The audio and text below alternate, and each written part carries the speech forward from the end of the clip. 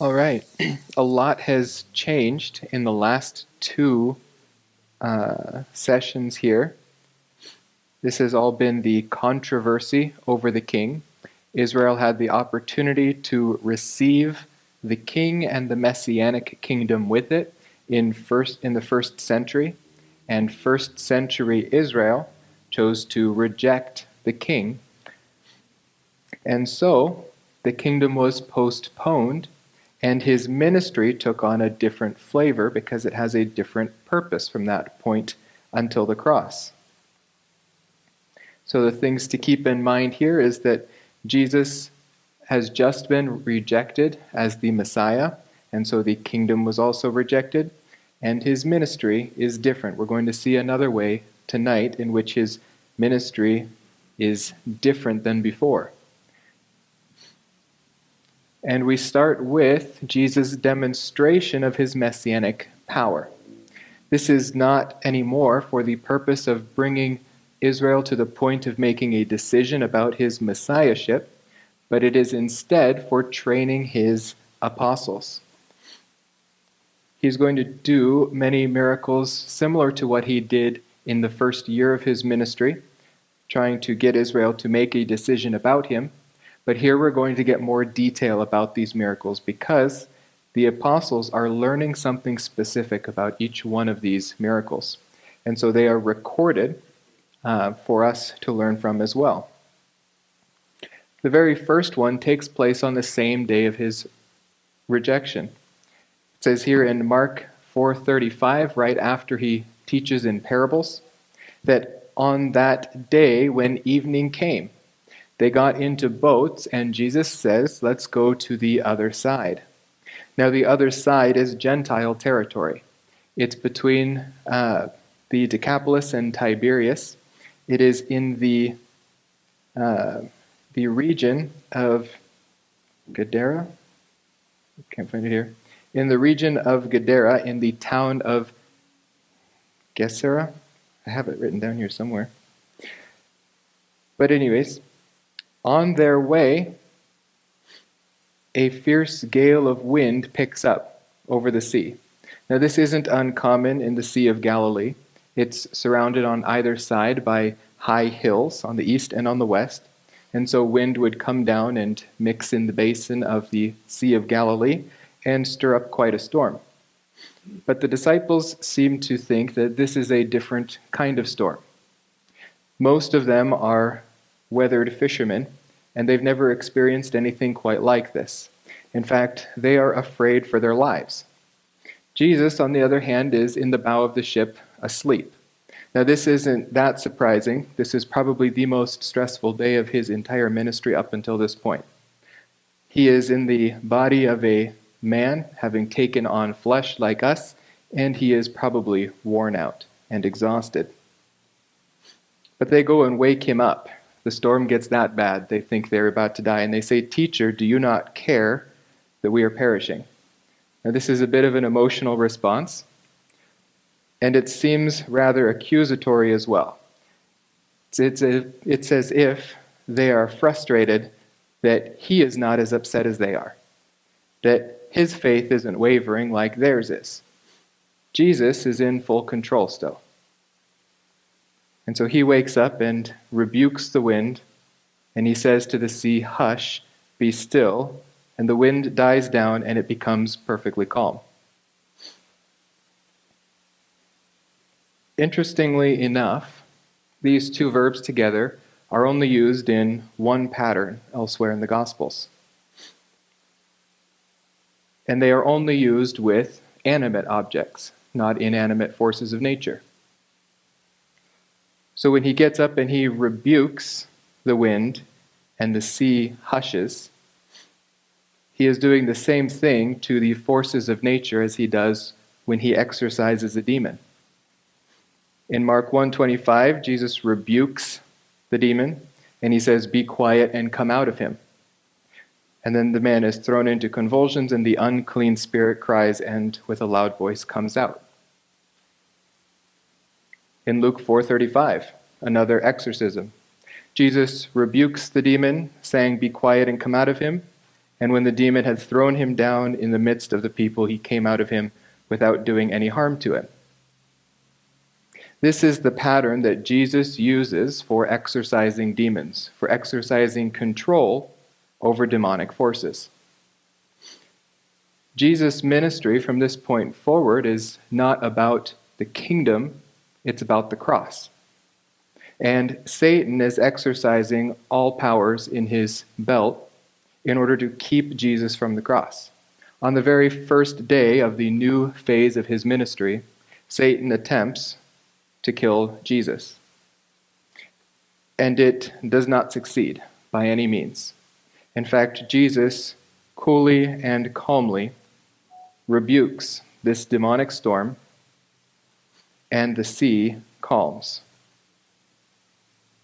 He then asks his disciples, "Why are you afraid? How is it that you have no faith?" Now in English, this is misleading. It seems like a contradiction. Jesus asks them why they're afraid, and their response is to become afraid. In English, we have one word for this. In Greek, there are two. The Greek word for fear from a lack of faith, or cowardly fear, is delos. That is not the kind of fear that they had in response to what Jesus said. That fear was phobeo, the verb, which means awesome fear. They respected Jesus. The question that they had in their mind then was, who then is this that even the wind and the sea obey him? Jesus is teaching the disciples in this phase of his ministry. And here they see that there's much to learn about Jesus. Maybe they don't know everything about him quite yet. Once they land on the other side, they are in the province of Gadara, which there's also a town called Gadara. That is not where they landed. They landed in a town called Gerasa. And so they came to the other side of the sea. Now they are in Gentile territory in the country of the Gerasenes. And when they got off the boat, immediately a man from the tombs with an unclean spirit met him. Here we get the first large description or descriptive account of what a demonized man looks like. Now this comes at the perfect point in these gospel accounts because Jesus himself has just been accused of being demonized. In fact, of being controlled by a demon to the point that he is able to cast out other demons. He is controlled by a very powerful demon, is the accusation of the Pharisees. And so Jesus brings his disciples across the sea into Gentile territory, probably to the most demonized man in all of the area, to show them just what that looks like. And it looks nothing like Christ. In fact, everything about this man is contradictory to the man Jesus Christ. Here he is dwelling among the tombs. Jesus raises people from the dead. There is no one able to bind him, even with a chain, because he had often been bound with shackles and chains, and the chains had been torn apart by him, and the shackles were broken to pieces. He's uncontrollable. He cannot be tamed. He can't be subdued. On the other hand, Jesus subdues himself. Jesus is in full control of his mind and his body. This man goes around constantly, night and day, screaming among the tombs and the mountains, and gashing himself with stones. There could not be a starker difference between any two beings, this demonized man and Jesus Christ. And when this demonized man sees Jesus, the demon within him knows that there is a difference. He knows that there is no friendship between these two. When he sees him from a distance, he runs up and he bows down, worshiping before him, not because they're on the same side, but because he is the creator. He shouts with a loud voice, "What business do we have with each other? We're not friends. We're not from the same house. We're not from the same party. Jesus, you Son of the Most High God." This demon understands who Jesus is and understands that this is no man possessed by a demon. He is the Son of God himself. Now here, unlike on the Jewish side of the lake, Jesus does not tell the demon to be quiet. The demon is not a trustworthy witness at this point still. He's not admitting him as a witness.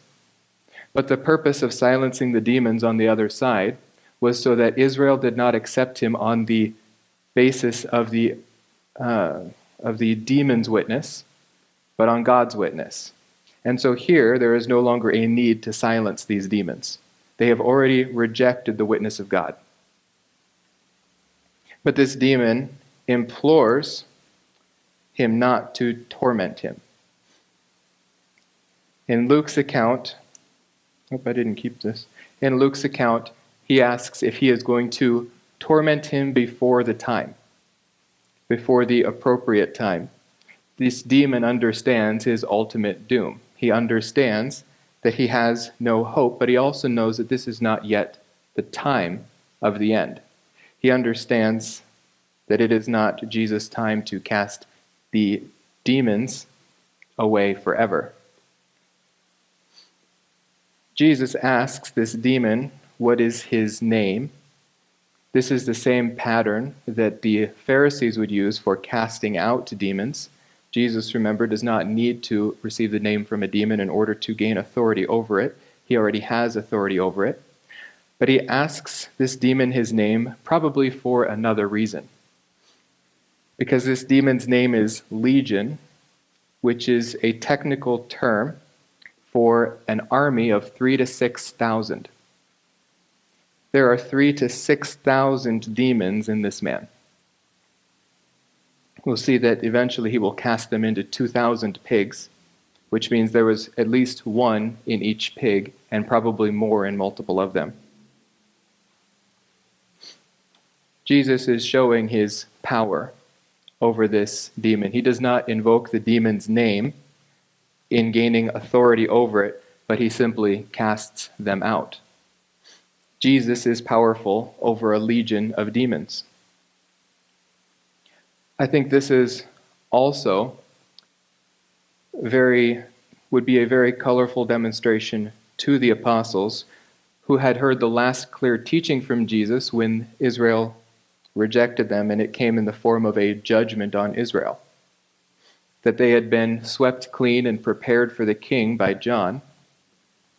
And Jesus used the analogy of a demon, which when it is cast out, if nothing comes in and fills it, it will bring back 7 friends along with it. Here we have a demonized man with 6,000 demons in him. He brought back quite a few friends. Israel's judgment is that they will be controlled by even greater forces now that they have not received the kingdom. Jesus gives them a visceral demonstration of what multiple demon possession looks like. And now they ask Jesus not to cast them away into the abyss.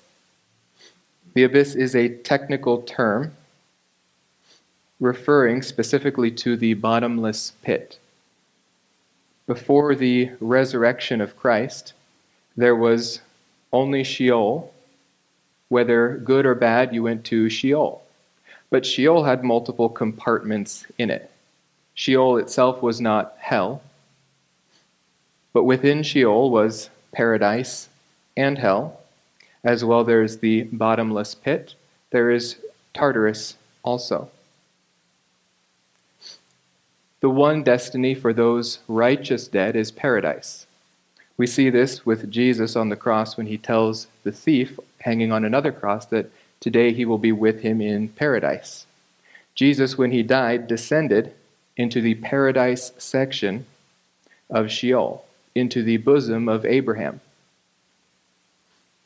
And he preached to those in paradise the good news that the resurrection had been, or that the atonement had been made, and he preached across the gulf to those in hell that their destiny had been sealed, that he had accomplished the atonement on the cross. The Tartarus section is a permanent abode for those angels which sinned in the days of Noah. They've been locked there since that time, and they will not be let out. The abyss is similar to hell, but it is specifically for demons. This is where demons who have been cast out of this earth dwell, and they will remain there until just before the midpoint of the tribulation, the last 7 years of this world's history. They will be released onto the earth. So these demons are asking Jesus not to bind them up in the abyss until the last few years of world history. They would like to remain on the earth. For an unknown reason, Jesus grants their request. We're not told why. There are many hypotheses as to why. None of them have satisfied me, so I'm not going to teach any of them to you as what I believe, because I don't believe any of them. I don't believe he cast them into pigs specifically because pigs are not kosher, because Jesus is on the Gentile side of the lake.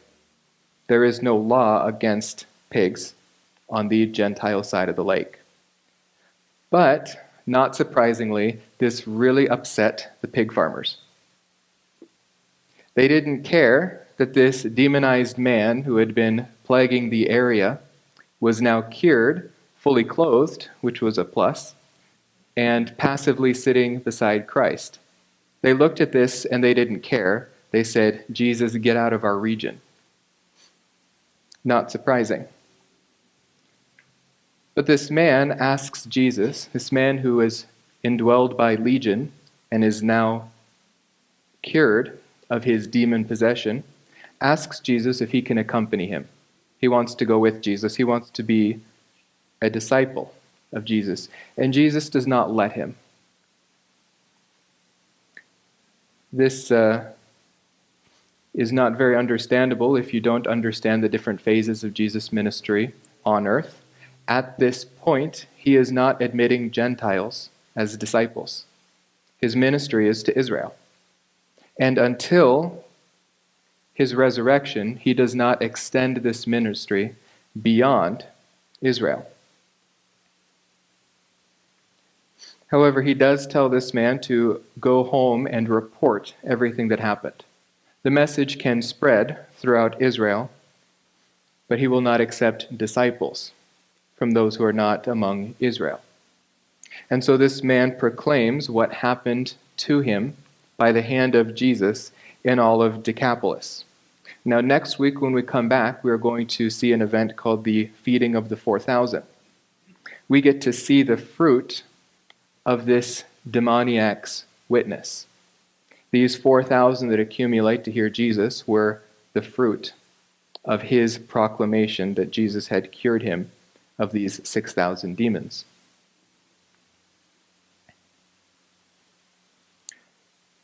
Because the farmers had asked him to leave, he does so. His only purpose in crossing the lake was to bring his disciples to this demoniac and show them his power over these demons, and that he himself surely cannot be demon-possessed. When he returns, he encounters a man named Jairus. He is a synagogue official. He is a leader in Israel. But he is one who has faith in Jesus as the Messiah. He falls at his feet, an act of worship, and he asks Jesus to come cure his daughter who is about to die. His daughter is about 12 years old. He says, "Please come lay your hands on her so that she will get well and live." He is demonstrating his faith by stating that he believes Jesus can cure his daughter.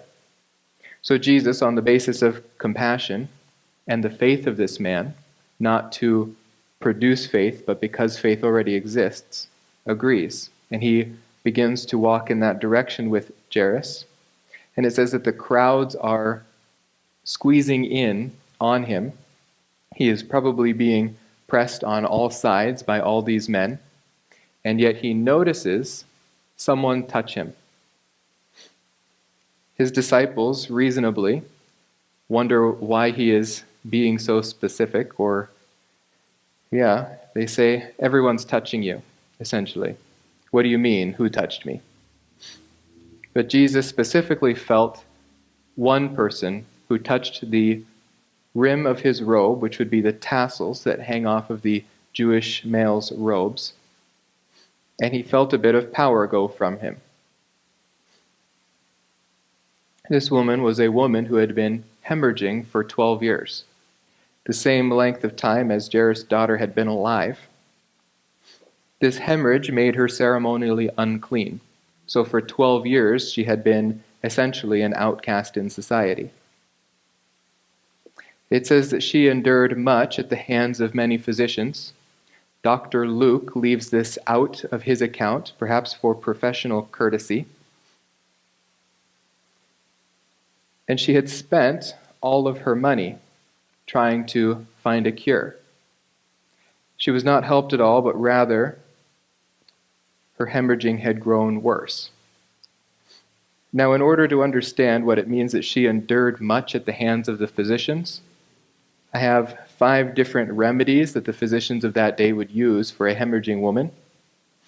One was drinking a mixture of wine, gum of Alexandrium, allium, and a crocus, while the physician stands over you and says, "Arise from your flux." Now, if this doesn't work, they can try another one. Drinking a purge of onions boiled in wine, while the physician says, "Arise from your flux."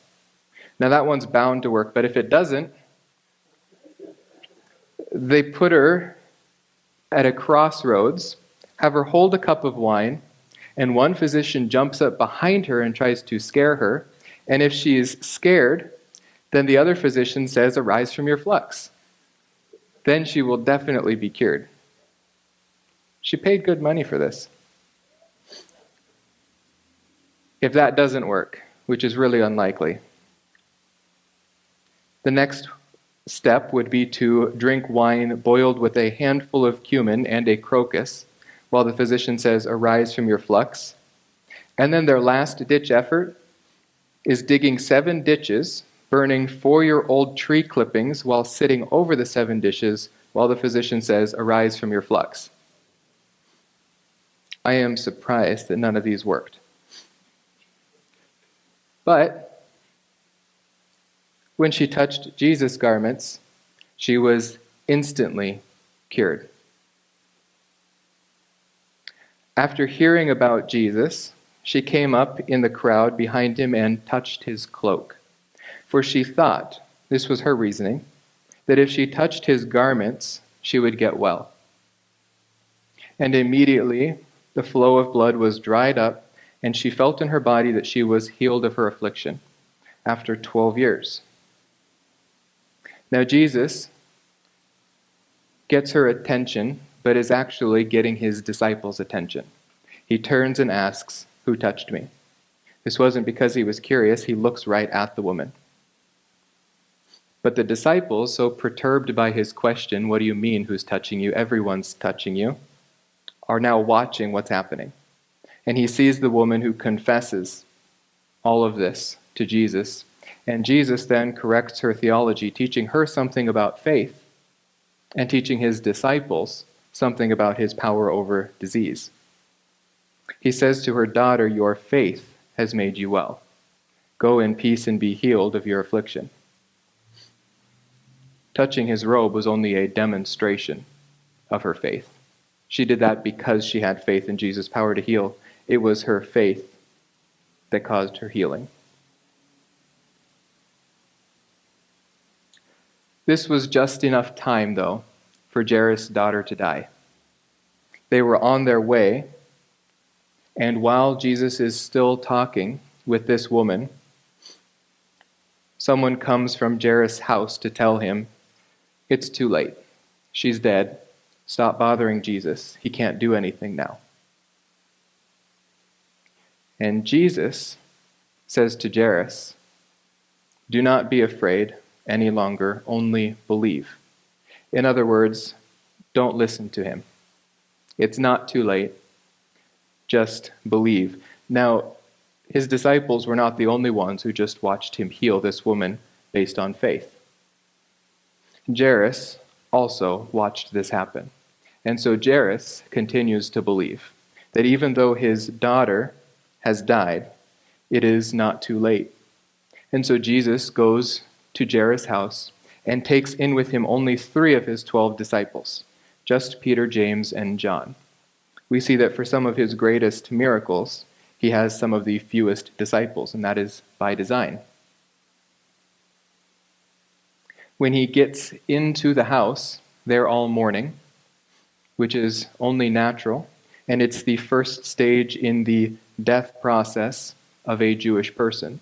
The mourning begins, and soon the procession would begin carrying her out of the house. She was freshly gone. And when Jesus comes in and sees all of them weeping, he says, "Why make a commotion and weep? The child has not died, but is only asleep." Now, this is not Jesus saying that he's not about to resurrect this girl, that she has not physically died. But this is something that he is going to teach his disciples more, and they will continue to teach throughout the apostolic era. That for a believer, physical death is not death. Physical death is just sleep, because it does not hold you. It is bound to undo. The resurrection is the awakening of the dead. And so, this girl has faith. Not only Jairus, but this girl herself is only asleep, not dead, because she is a believer as well.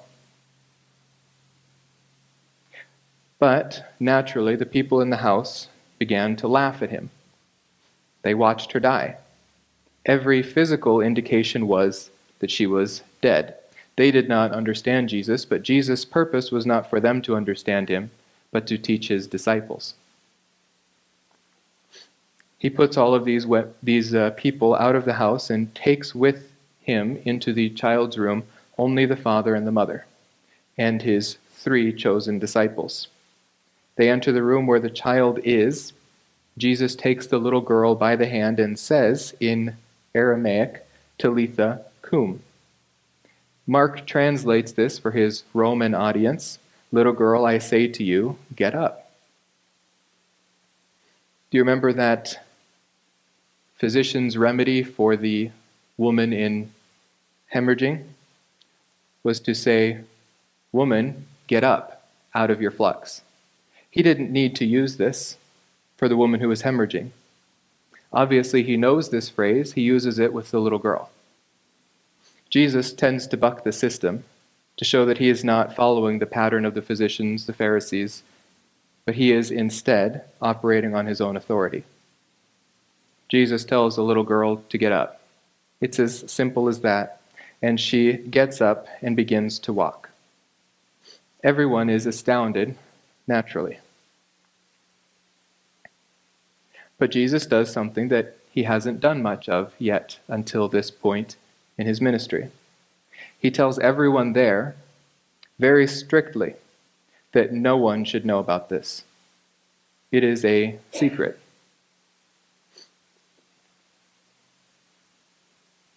And then he tells them to get the girl something to eat. He is concerned with her physical needs as well. Why is Jesus telling them to keep this a secret? Because he is not performing miracles for the purpose of bringing Israel to faith.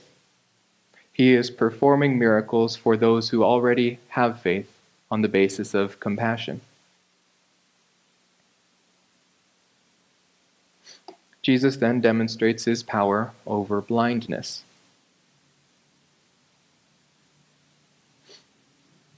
Two blind men come up to Jesus and say to him, "Have mercy on us, Son of David." And he promptly ignores them. He goes into a house and these 2 men follow him. He's been healing everyone else. What did they say wrong? Well, they addressed him with a messianic term. Jesus is no longer offering the kingdom, no longer offering the messianic kingdom. He heals on the basis of faith in his person as the Messiah, not the reception of the kingdom. So he asks them, now that they are in private, do you believe that I am able to do this? And they say, yes, Lord. And that is the faith that is required to receive a miracle from Jesus in the second half of his ministry. Faith in his personal deity, his personal power, his personal ability to heal. And so he touches their eyes, saying, it shall be done to you according to your faith. Their eyes were open, and Jesus sternly warns them, see that no one knows about this. And they promptly ignore him, and they go tell everybody. It's kind of to be expected. Doesn't make it right. Then after this, Jesus heals a second mute, or a second demon causing muteness. It says they were going out, leaving this house where he had just healed these two blind men, and a mute demon-possessed man was brought to him. After the demon was cast out, the mute man spoke, and the crowds were amazed and were saying, nothing like this has ever been seen in Israel. Obviously, they weren't present for the time he first did this, perhaps just a day or two before. But we see the Pharisees are promptly proposing their solution to this problem. But the Pharisees were saying he casts out demons by the ruler of demons. So while his disciples are traveling with him, learning from him, the Pharisees are concocting their own solutions and posing this as an alternative. And it is splitting Israel in half. And so Jesus sees the need for another preaching tour. But this time, his apostles are going to join him. They are also going to go out and preach, and in this way they're going to cover 6 times the territory. They will go out 2 by 2. His first stop, apparently, is in his hometown of Nazareth. Now, he was already prematurely rejected there. It was not an official rejection, but we saw that they were hardened towards his message. Remember, he came in and he only read a portion of the Sabbath reading, and then he declared that it had been fulfilled in him, and they tried to throw him off a cliff. I'd say it was a rejection. He hasn't been back there since. He moved his whole ministry to Capernaum. Now, he's recently rebuked Capernaum right after the rejection, a few days before, and so he is dislocated from his ministry headquarters. He goes to Nazareth, and once again, they reject him. He goes on the morning of the Sabbath and begins to teach them in his hometown once again, and nothing has changed. They instantly say, who is this man who thinks he can teach us? They knew his upbringing. They knew the school systems in Nazareth, that they weren't that good. And they knew that Jesus didn't go on to college. He wasn't trained by any rabbis. So what gives him the right to come here and start teaching them? He's just a lowly carpenter. All of his siblings still live in Nazareth. None of them are very special. What gives him the right? And so Jesus says, a prophet is not without honor, except in his hometown and among his relatives and in his own household.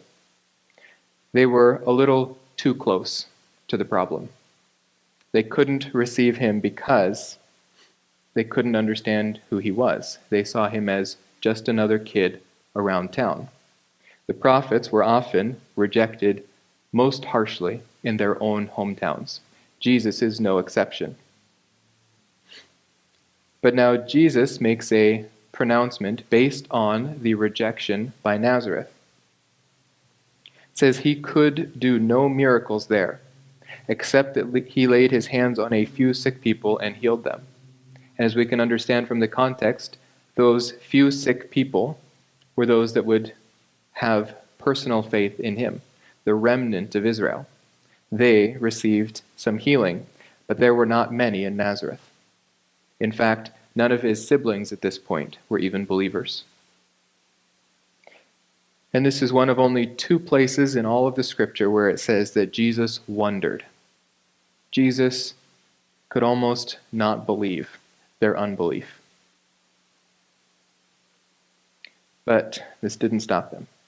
He went around to the other villages and continued teaching.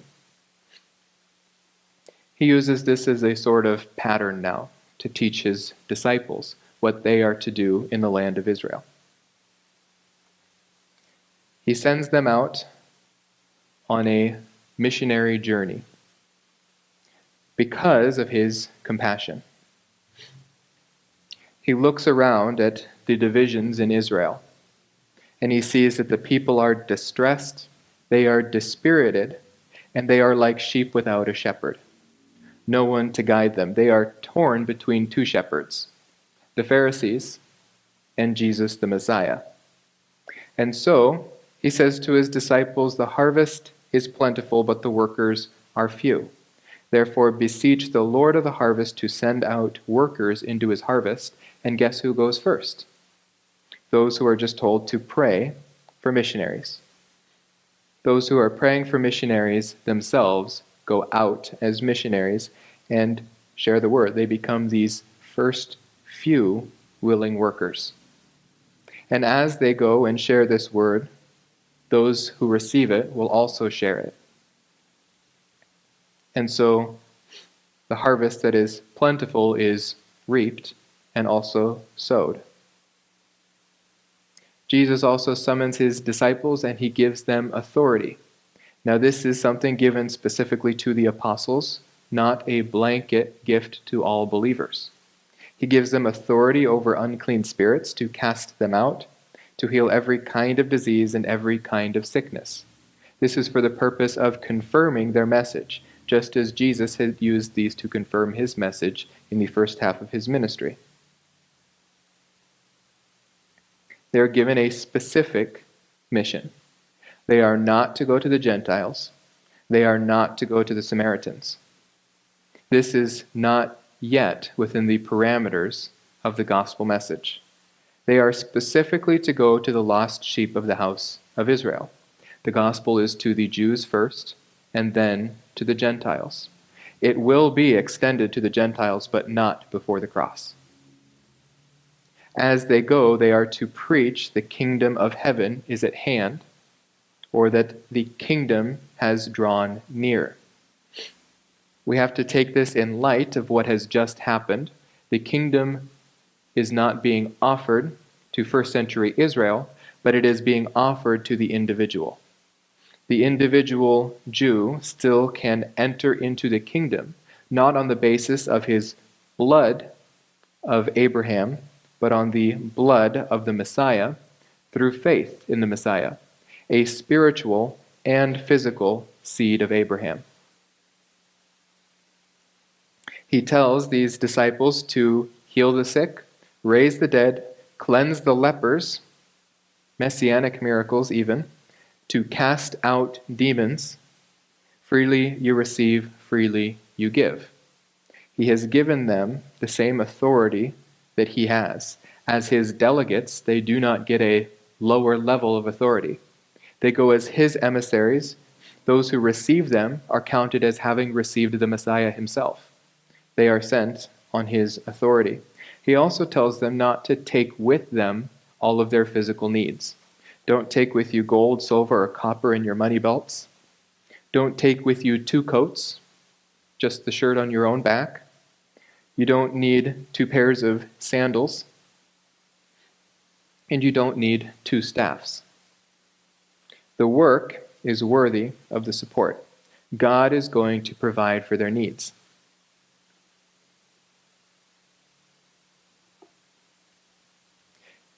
They are to expect 2 different responses. They will either be received or they will be rejected. This happens on the level of the individual, on the level of the household, and on the level of the city or town. It says to go into whatever city or village they enter and inquire who is worthy in it, and to stay in his house until you leave that city. They are looking for individuals to receive this message of the kingdom. And when they enter into this household of one who is worthy, that is, one who has faith in the Messiah, they are not to go out and find a better house to stay in. They are to receive whatever is given to them in this house.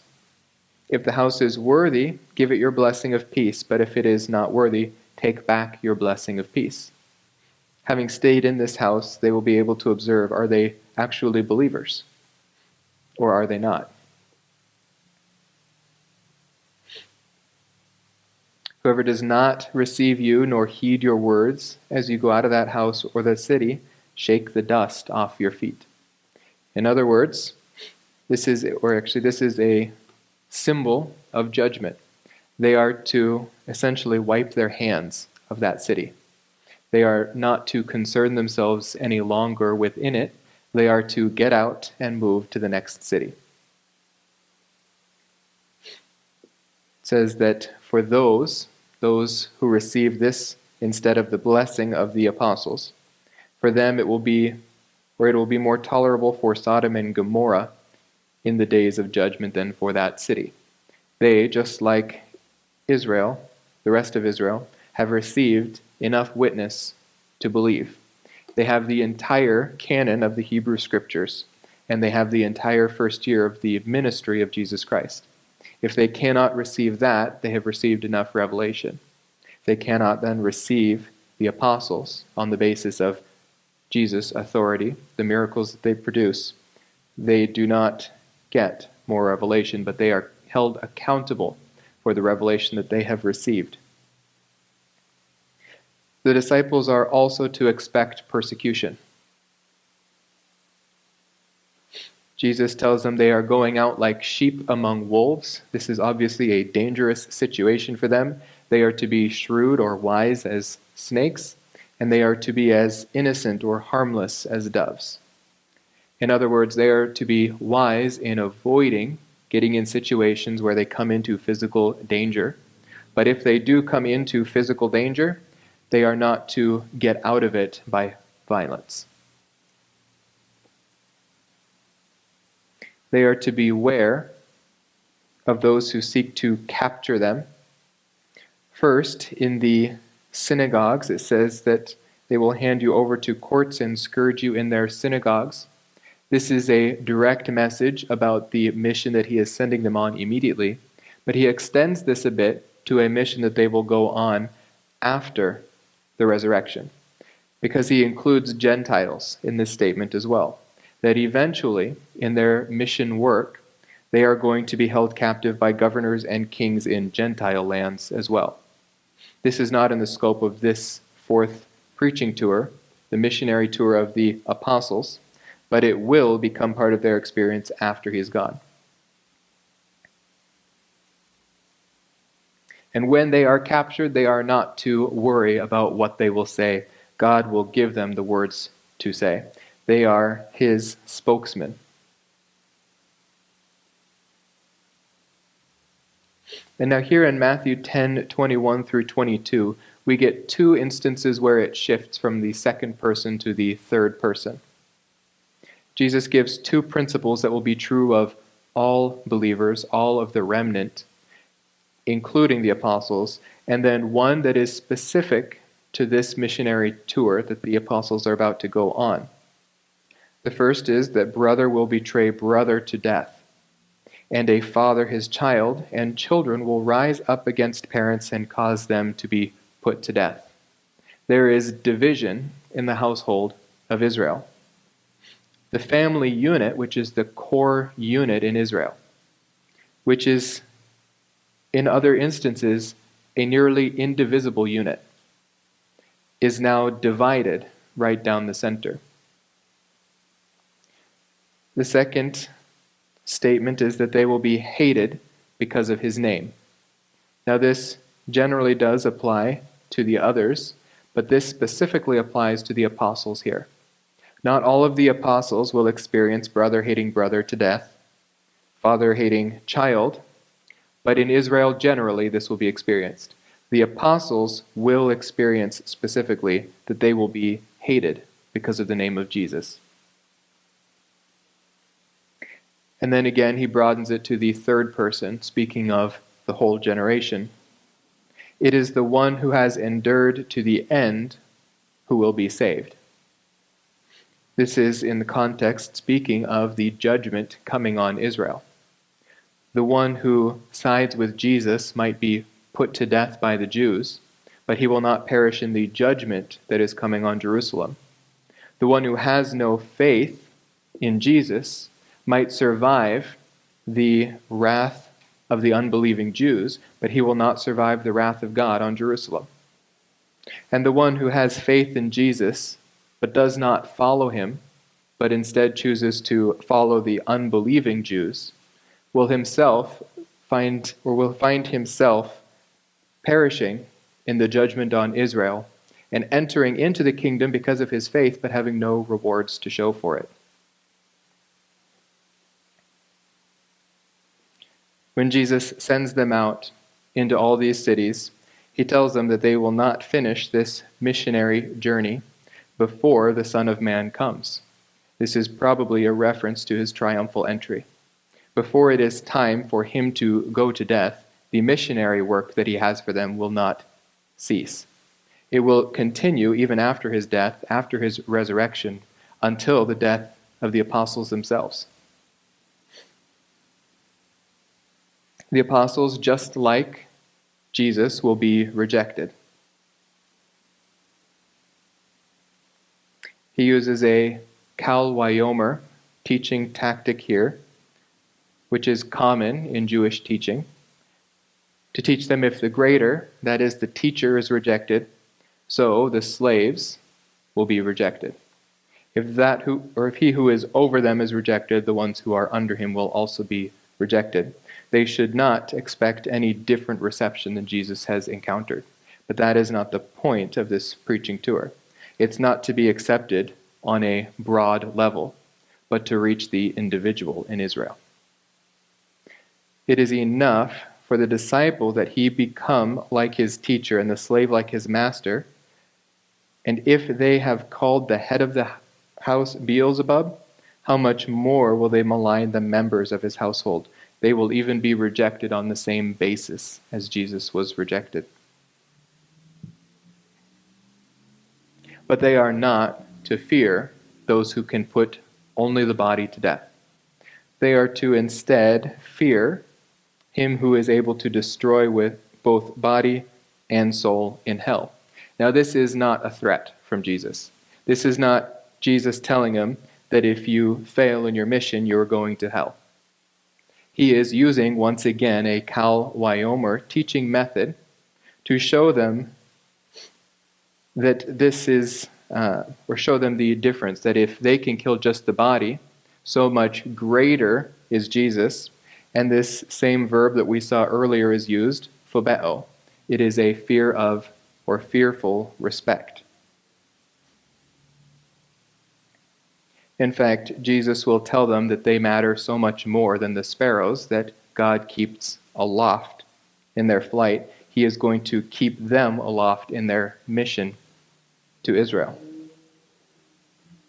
And then he makes a statement about the results of that rejection or reception. Therefore, everyone who confesses me before men, I will also confess him before my Father who is in heaven. But whoever denies me before men, I will also deny him before my Father who is in heaven. Those who receive the apostles, who receive the Messiah, Jesus will receive them into the kingdom. Those who reject this message that the apostles are bringing to Israel will be rejected from the kingdom. He will not confess them before God because they have not had faith. The results of this ministry is that Israel will be divided.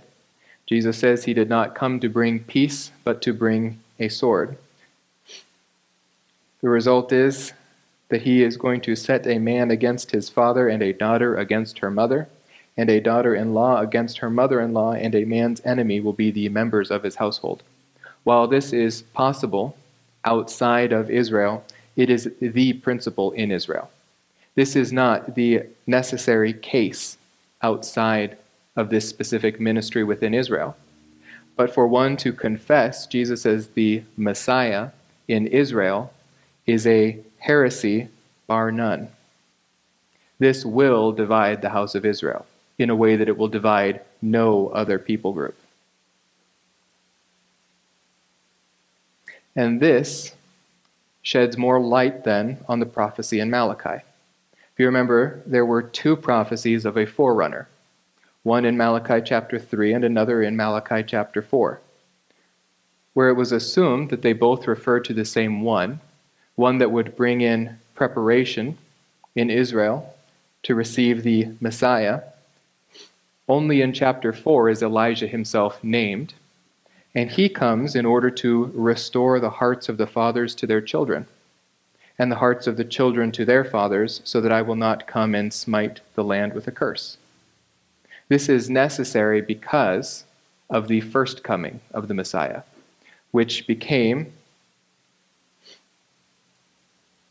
a stone to strike and a rock to stumble over, a snare and a trap for the inhabitants of Jerusalem, that many would stumble over them, then they will fall and be broken, and they will be snared and caught.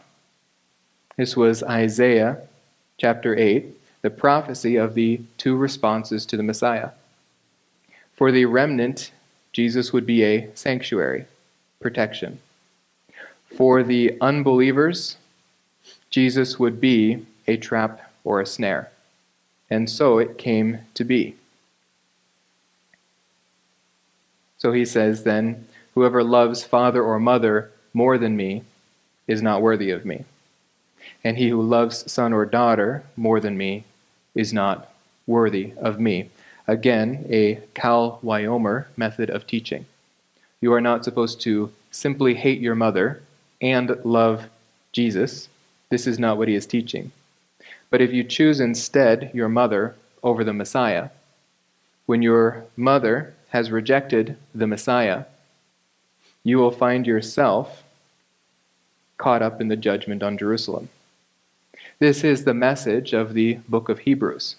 It was given to this remnant between the resurrection of Christ and the judgment on Jerusalem, telling them, in essence, to get out of there.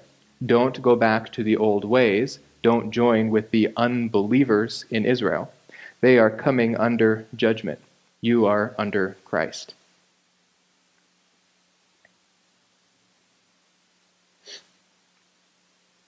There is also a principle then of rewards. He who receives you receives me, and he who receives me receives him who sent me. Jesus himself is not going to each one of these cities. Even the 12 disciples going out in groups or in 6 groups will not have time to completely go to every single town before it's time for Jesus to go up to the cross. But those who receive these apostles, it is as if they are receiving the Messiah himself. This is a common principle in Israel and much of the Middle East and in ancient culture. If you receive the ambassador, you are receiving the country itself. If you receive the emissary here, you are receiving the Messiah himself. And so he writes that whoever in the name of a disciple gives to one of these little ones even a cup of cold water to drink, truly I say to you, he shall not lose his reward. Now this is a negative positive. Again, seems like a contradiction, but this is not saying that if they don't, there will be no rewards for them. This is an example that even this smallest act of kindness towards the apostles will be rewarded in the kingdom. There will be rewards for the way that they treat these apostles in their towns.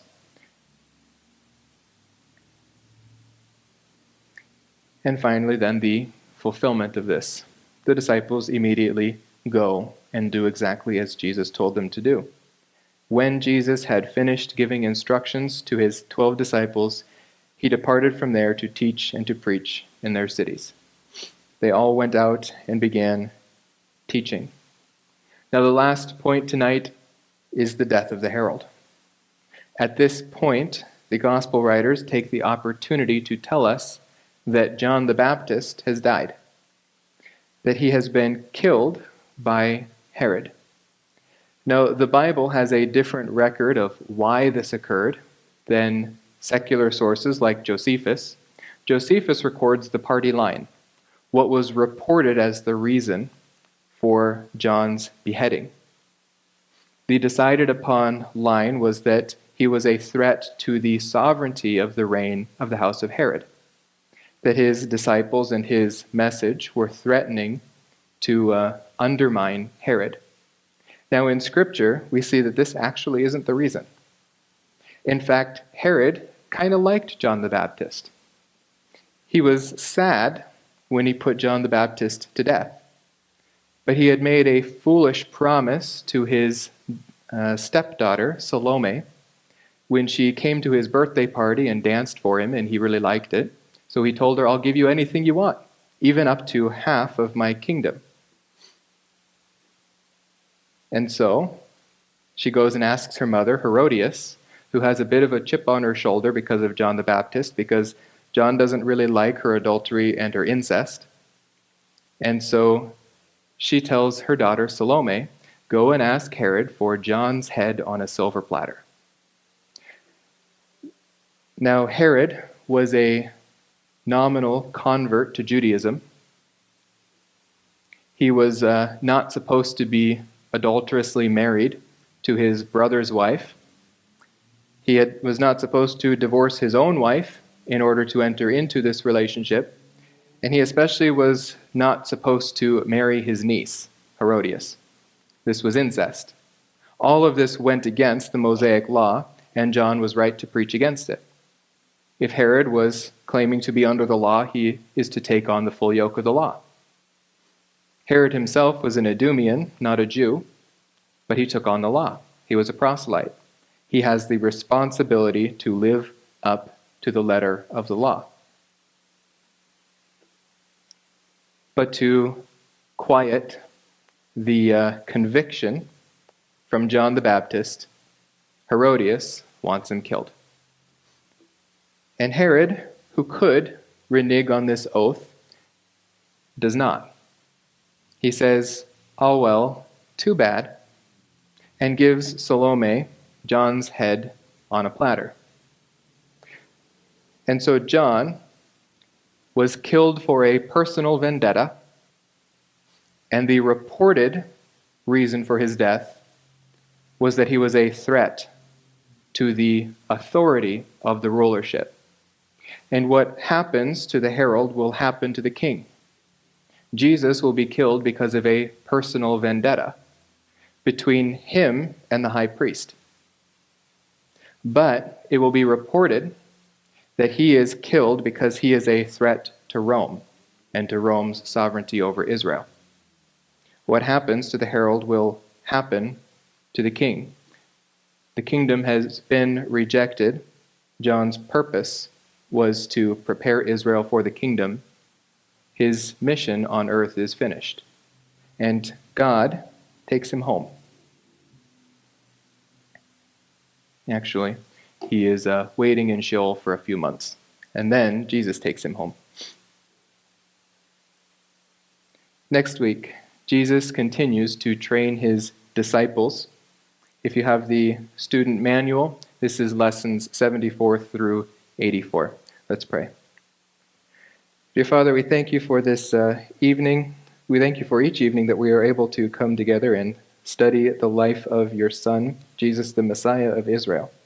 We thank you for his continued ministry after the rejection, that he taught his disciples, that he trained them so that they could train others after Christ's resurrection, so that we would have the institution of the church today on the foundation of that teaching.